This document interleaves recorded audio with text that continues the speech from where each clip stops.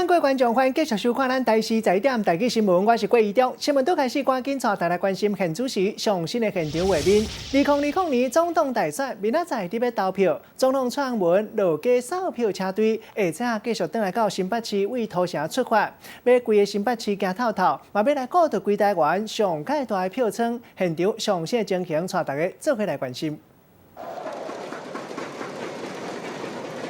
今日是选前最后一天冲刺的时间啦，吼！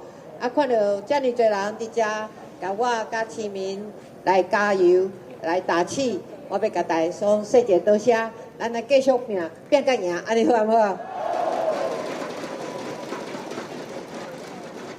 今日是咱全国大车扫的最后一天，今天的车扫主要就是咱土城、邦桥。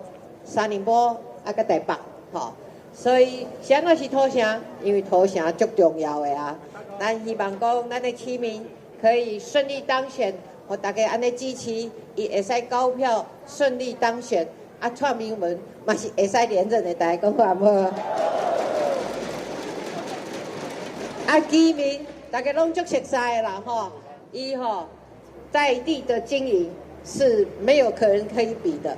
哦，伊照顾大家，服务大家，上认真、上实在。所以这个款好的，咱的立委，咱应该搁甲送转去国会、立法院，继续甲咱服务、照顾大家。对蔡英文来讲，市民最重要的。蔡英文继续执政，需要吴其民在咱的立法院，甲我做伙，甲我支持，做我的后盾。大家讲好啊无？ 今日是冲刺的一天。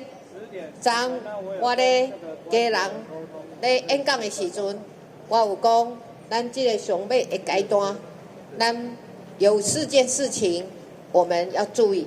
第一项代志就是不要怀疑自己，我们的路线是正确的，我们的选择也是正确的。第二个，我们不要低估对手，他们一定会集结起来。 所以我们不能够低估我们的对手。第三，我们不能仇恨对方，因为我们大家都还是朋友，还是一家人。所以韩国瑜的支持者跟蔡英文的支持者很多都是家人。我们不要仇恨，我们用爱跟团结来选举，大家讲好唔好？第4项代志就是不要分散力量，我们要集中力量。 争取最后的胜利，安尼好不好？我们还有3个一定，就是讲我们户籍不在地的，我们一定回家，安尼好不好？从现在开始到最后，我们要倾全力来丢票，我们一定要拉票，安尼好吗？第3项代志拢爱记，这是上重要一项代志，一定要去投票，安尼好不好？我知影讲上尾的阶段，咱有足侪咱的支持者，咱的好朋友，有一些焦虑，有一些紧张了吼，是不是？